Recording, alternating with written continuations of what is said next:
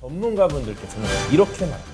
지금의 AI는 진짜 지능을 가진 게 아니다. AI는 인간의 특정 능력 하나를 대체하는 기계라고 생각하시면 됩니다. 5년 내에 AGI가 가능하다고 얘기하고 있고 알파와 베타는 태어나자마자 챗GPT가 있었던 세대예요. 다시 말해서 이 친구들에게 인공지능은 자연스러워요, 사실은. 자, 그 친구들이 봤을 때 우리는 인공지능이 등장하기 전에 성인이 된 아날로그 꼰대인 거예요. 당신이 궁금한 AI의 모든 것을 알려드립니다. AI 지식 특강 AI 토피아. 어서 오세요.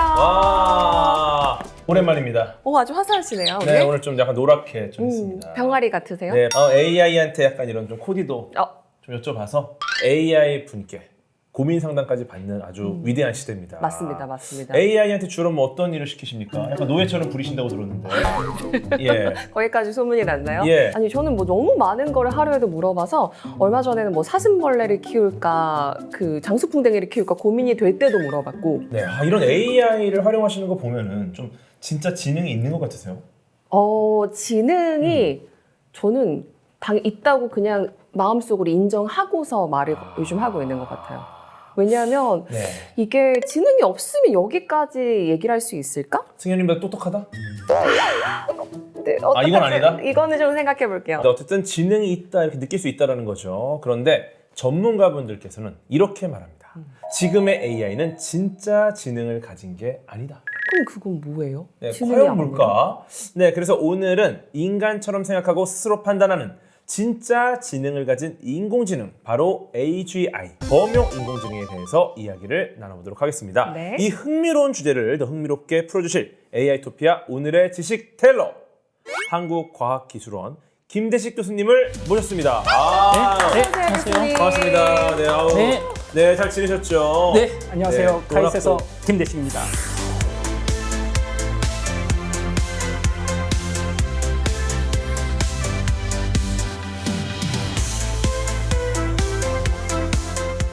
김대식 교수님 모르는 분 없으실 것 같아요. 맞아요. 좀 연예인 그죠? 보는 것 같습니다. 말씀하신 AGI 네. 들어보신 적 있으시죠? AGI 들어는 네. 봤죠. 근데 네. 처음에 이거 들었을 때 이 G가 이제 정말 엄청난 게 왔구나.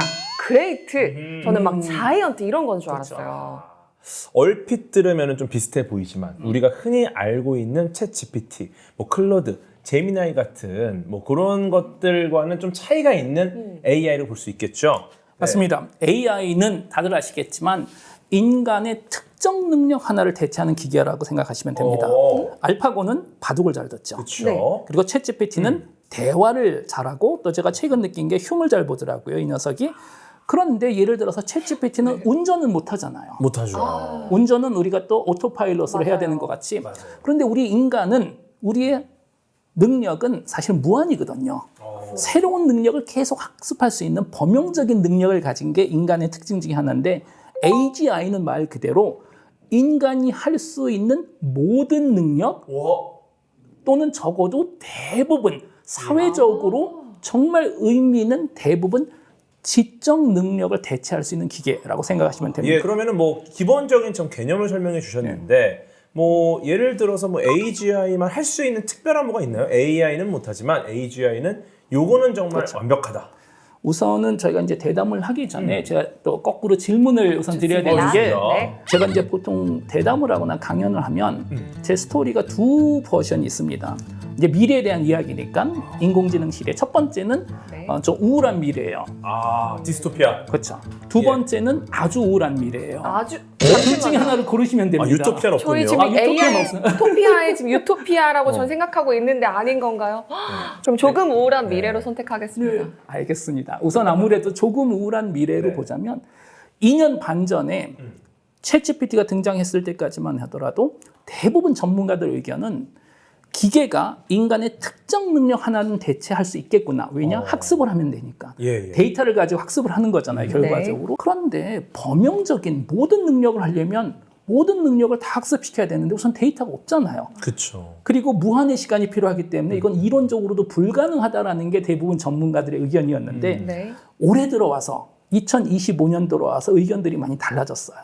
오픈 AI의 샘 얼트만 같은 분은 지금 5년 내에 AGI가 가능하다고 얘기하고 있고 적어도 제가 아는 전문가들 중에는 그 누구도 AGI가 영원히 불가능하다는 사람은 더 이상 없습니다.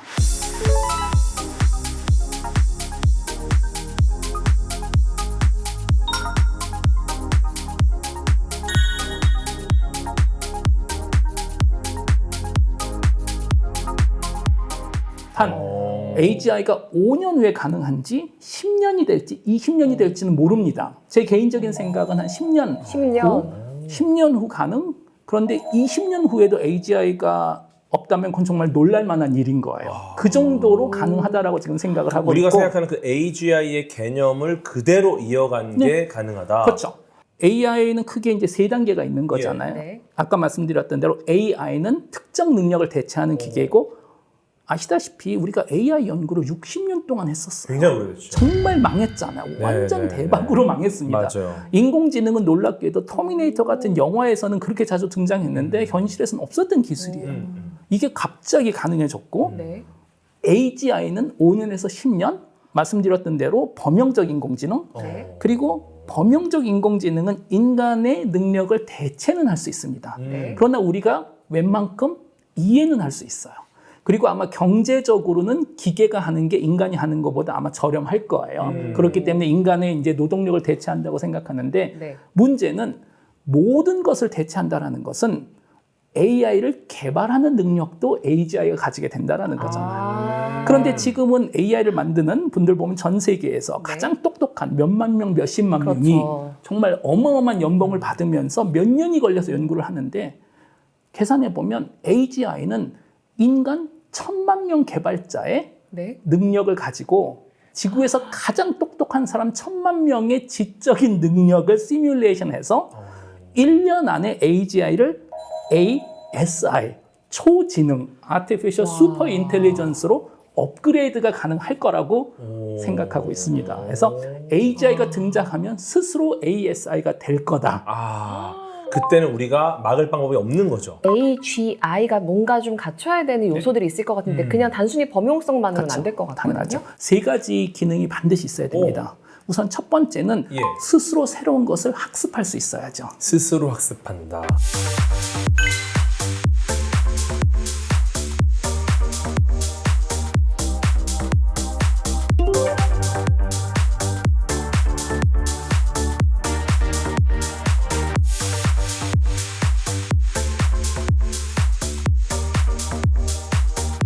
그렇죠? 이거는 사실 올해 초부터 지금 인공지능들이 하기 시작을 했죠. 네. 새로운 문제를 주면 이제는 인공지능이 작년까지만 하더라도 예측 위주였었거든요. 네. 다들 아시다시피 이제 트랜스포머라는 알고리즘을 사용해서 예측을 했는데, 네. 그러니까 헬루시네이션, 헛소리를 자꾸만 하는 거잖아요.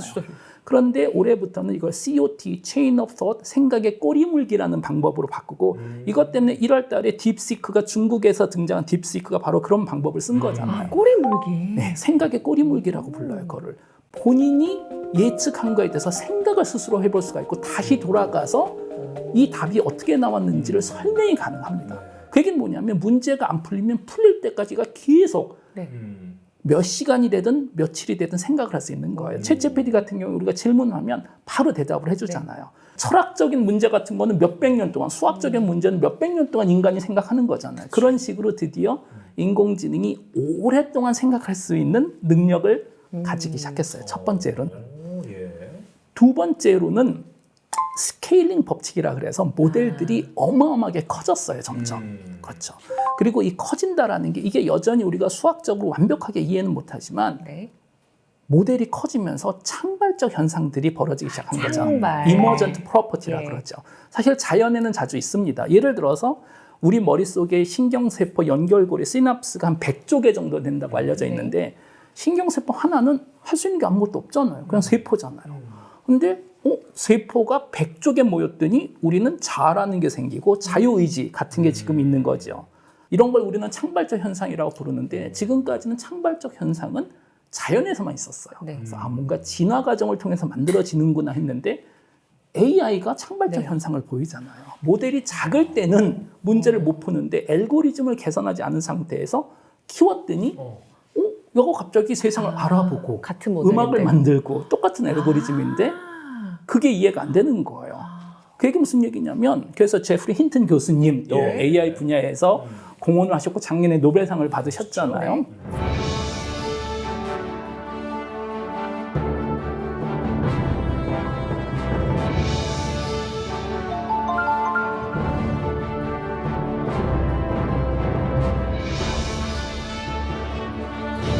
힌튼 교수님이 얘기하는 건 그거예요. 지금 우리가 LLM, Large Language Model이라고 부르죠. 챗GPT 같은 녀석들. 이 녀석들의 변수 숫자, 변수 숫자가 신경세포하고 비슷하다고 번역을 한다면 가장 큰 모델들, 구글 제미나이 얼트라 같은 경우에 1.8조 개 변수를 가지고 있어요. 다시 말해서 인간 뇌의 100분의 1 정도라고 생각하시면 됩니다. 그런데 지금 5년 안에 자꾸만 샘 얼트만이 5년이라는 걸 얘기하는 게 GPU 발전 속도를 보면 5년 후에는 우리가 100조 모델을 만들 수가 있거든요.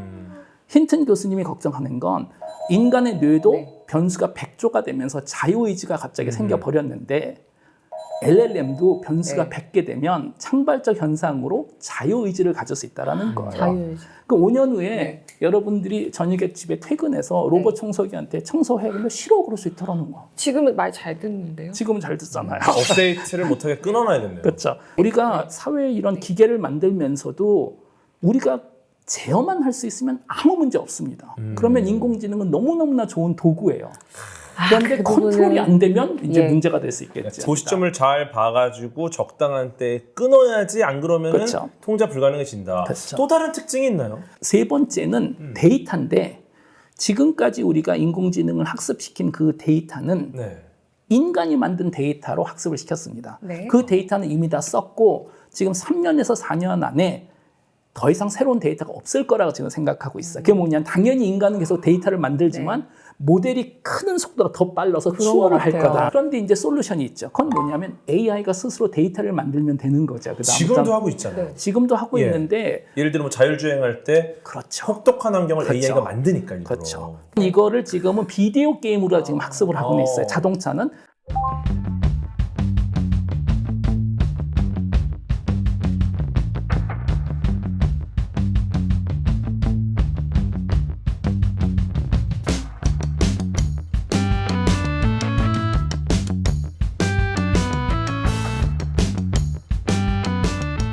그런데 AGI로 가기 위해서는 거의 무한의 능력을 학습하려면 무한으로 다양한 기능의 무한의 데이터가 있어야 되고 이건 시뮬레이션으로 만들 뿐이 없죠.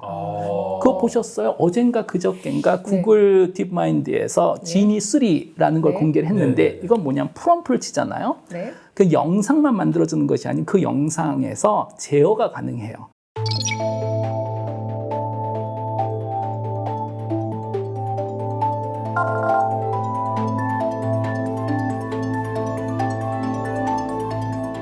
이제 우리는 네.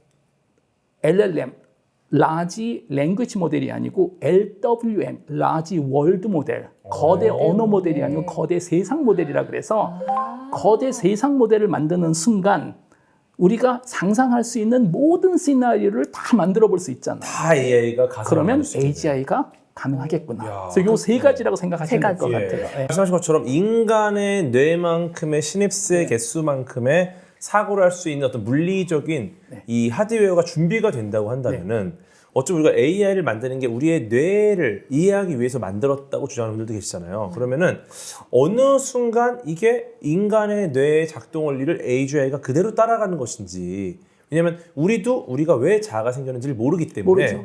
우리랑 똑같이 이런 신입스 개수를 한번 채워보자, 이렇게 가는 건가요? 맞아요. 그 아주 궤도님이 잘 아시다시피 인공지능의 역사가 크게 두 시점으로 나뉘잖아요. 1956년부터 한 2000년도까지는 기호 기반 또는 설명 기반 인공지능이라 그래서 우리가 풀고 싶은 문제를 다 설명해 줬어요, 기계한테.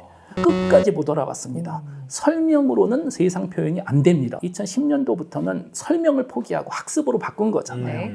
대량의 데이터를 집어넣고 학습 기능을 집어넣었더니 신기하게 그 데이터 안에서 확률적인 규칙을 네. 스스로 찾아내더라는 거예요. 근데 사실 그게 아이들이 세상을 배우는 과정이죠. 최근엔 어떤 일이 벌어졌냐면 이 관계가 뒤집어졌어요. 그래서 현재 어떤 뇌과학에서는 네. LLM을 모방하자라는 이론들이 이제 맞아요, 나오고 맞아요. 있어요. 벌써 일반인들 입장에서는 대체 AGI가 어디까지 와 있기에 이게 좀 단계별로 좀 단계가 있다고 들었거든요. 그걸 좀 여쭤볼 수 있어요. 저는 조금 더 의미 있는 단계는 힌튼 교수님이 제안한 단계가 있어요. 3단계예요. 네. 인공지능이 발달하면 첫 번째는 참과 거짓의 차이가 사라진다. 아, 지금 좀 이미 네. 우리는 그 시점을 시작을 했어요. 구분할 수 없는 그게 상황이잖아요. 생성형 인공지능이에요. 생성형 인공지능은 데이터를 만들어낼 수가 있고, 근데 그게 글, 그림, 영상 아직은 구분이 좀 가능하지만 5년 후, 10년 후에는 아마 구분하기 어렵지 않을까 싶습니다. 제 생각에 인공지능이 보편화된 미래에는 알파와 베타는 태어나자마자 챗GPT가 있었던 세대예요. 다시 말해서 이 친구들에게 인공지능은 자연스러워요, 사실은. 자, 그 친구들이 봤을 때 우리는 인공지능이 등장하기 전에 성인이 된 아날로그 꼰대인 거예요. 또 하나는 많은 사람들이 보고 믿으면 그게 진실이다. 알파, 베타는 그 기준이 달라질 것 같아요. 두 번째는 인간이 할 일이 없어지는 세상. 이거는 지금 10년에서 20년 후라고 현재 생각하고 있는 것 같아요. 많은 분들이. 이게 최근에 빌 게이츠께서 한번 인터뷰 때 노동이라는 걸 우리가 왜 해야 되냐. 노동이라는 개념이 바뀔 거래요. 네. 네, 왜냐하면 노동을 한다라는 게 우리가 부족함이 있기 때문에 하는 건데 부족함이 사라지면 그렇죠. 우리는 노동을 할 필요가 없다. 그 딥마인드의 그 데미스 하사비스, 그분도 작년에 노벨상을 또 받으셨잖아요. 받으셨죠? 예. 알파고를 만드신 분이죠. 네. 그분이 며칠 전에 한 2시간짜리 인터뷰에서 그런 얘기를 하더라고요. AGI가 등장하면 인간이 멍청해서 풀지 못한 모든 수학적인 명제를 풀어주고 과학적인 그 결과, 새로운 상대성 이론, 그다음에 특히 핵 융합 에너지, 그 플라스마 제어를 네. 풀어주면 인공태양. 그러면 인공태양. 그러면 무한의 에너지가 생긴다. 사실 굉장히 관심 많죠. 우리나라도. 무한의 에너지가 생기는 순간 지구에 있는 모든 문제가 다 해결이 된다. 그러면 지금 이제 말씀하신 게 AGI 지금 2단계인 거죠? 그렇죠. 그럼 3단계 뭡니까? 그건 인간이 없는 미래죠, 당연히. 끝. 네. 공허. 네. 참과 거짓이 없었던 미래에서 참이 사라지는 참이 미래, 사라지고 노동이 사라지는 미래, 사라지고 그다음에 인간이 사라지는 사라지는 미래. 그렇게 그러면 세 단계로 지금 나눠집니다. 마지막 단계가 아닌 건 알고 있겠고요. 그렇죠. 지금 1.5단계 정도 되는 것 같아요, 지금. 근데 노동이 사라진다라는 건 하루아침에 모든 노동이 사라지진 않아요, 당연히. 교수님 그러면 이제 진정한 AGI라고 한다고 하면 우리가 어떤 단계부터 진짜 AGI다 이렇게 말을 할 수 있는 건가요? 아마 완전히 새로운 문제를 주었을 때 스스로 그 문제의 답을 찾을 수 있으면 AGI로 가기 시작하지 않을까 싶어요. AGI는 그러니까 이미 학습된 게 있어야 되겠죠. 네. 다른 문제들을 다 풀 수 있는 상황에서 완전히 새로운 문제를 주었을 때 이 문제를 스스로 스스로 풀 수 있는 능력. 아니, 이걸 하려면 네. 호기심이라는 게 당연히 있습니다. 있어야죠. 네. 그러니까 이런 거예요. 예를 들어서 바둑을 둔다가 아니라 내가 왜 바둑을 둬야 되는지를 그렇죠. 물어보는 거예요. 그런 능력을 가지기 위해서는 단순한 기존의 기계학습 방법으로는 해결이 안 되고 AGI로 가기 위해서는 반드시 강화학습을 지금은 써야 된다라고 생각을 하고 있어요. 강화학습은 알파고죠. 이세돌을 이기는 방법을 우리가 알면 그냥 우리가 두면 돼요. 근데 우리도 몰랐어요. 그 대신에 얘한테 목적 함수를 준 거예요. 그렇죠. 수단과 방법을 가리지 않고 다 해본 다음에 네 점수가 좀 올라가면 확률적으로 그걸 더 자주 해. 네. 그랬더니 무한의 반복을 했더니 방법을 찾아낸 거잖아요. 그래서 강화학습은 우리가 목표만 주고 수단과 방법을 스스로 찾아내 하면 문제를 풀 수 있는 잠재적인 능력을 가지고 있고, 그래서 AGI는 반드시 우리도 답을 모르잖아요. 당연히 지도학습은 어차피 쓸 수가 없고 강화학습을 써야 된다라고 알려져 있어요. 우리도 모르고 우리도 그렇죠. 그렇게 어떤 자아를 그렇죠. 이해하고 있으니까. 그렇죠. 그러면은 이 AGI가 어쨌든 단계가 올라가야 되잖아요. 이걸 위해서 지금 기업이나 연구기관, 네. 뭐 학계에서 하고 있는 시도가 뭐가 있습니까? 시도는 지금 모든 기업들이, 특히 실리콘밸리의 빅테크들은 이제는 AI는 해결이 됐고 예. 다 AGI고, 그 다음에 그 저커버그는 한 단계 더 올라가서 한 달 전인가 네. 초지능 실험실을 만들었잖아요. 맞아요. 지금 그 데미스 하사비스는 AGI를 본인은 이렇게 정리를 하더라고요. 인공지능한테 1904년 네. 인간이 가지고 있었던 수학 그리고 과학적인 도구들만 입력해서 스스로 상대성 이론을 만들어내면 AGI다. 아인슈타인 1905년에 그 당시 지식으로 상대성 이론을 상상해낸 거잖아요. 네. 생각해낸 거잖아요. 사실 네. AGI는 자연스럽게 초지능이 될 거라고 지금 생각하고 있는 것 같아요. 우리가 특이점이라고 자꾸만 네. 얘기하는 게 특이점이 우리는 뭐 싱귤러리티 네. 한 점이라고 생각하는데 아니에요. 그게 기하급수 폭발하는 시점, 그 시점을 얘기를 하는 거잖아요. 그래서 현재 경제학에서도 AGI에 대한 그 경제학 연구를 하기 시작한 게 네. 경제 성장에도 엄청난 영향을 줄 거라고 생각하고 있어요. 말씀 들으니까 좀 막연했던 그런 AGI, AISI가 뭔가 하나로 좀 연결이 돼서 눈에 좀 보이는 것 같다는 생각을 많이 하게 됐거든요. 그러니까 우리가 주목을 하는 이유가 정말 주목할 만해서도 있겠지만 주목을 받아야만이 이게 초진으로 갈 수 있다라는 것 그렇죠. 같기도 하네요. 맞습니다. 깃발 꽂는 네, 그런 좋습니다. 기술은 우리가 생각하는 것보다 훨씬 빠르게 진화하고 있습니다. 오늘 김대식 디지털러닝과 함께 그 어느 때보다 정말 숨가쁘게 AGI 그리고 초지능 시대로의 가능성에 대한 이야기를 나눠봤습니다. 교수님 아직 하고 싶은 이야기 많으시죠? 네, 아주 많습니다. 예. 네. 오늘 정말 놀란 모먼트가 진짜 많았는데 이 에너지를 그대로 저희 교수님의 원기욕을 모아서 네. 저희는 내일 이 시간에 이야기 더 이어가도록 하겠습니다. 네, AI 토피아를 향한 김대식 디지털러의 이야기는 내일도 계속됩니다.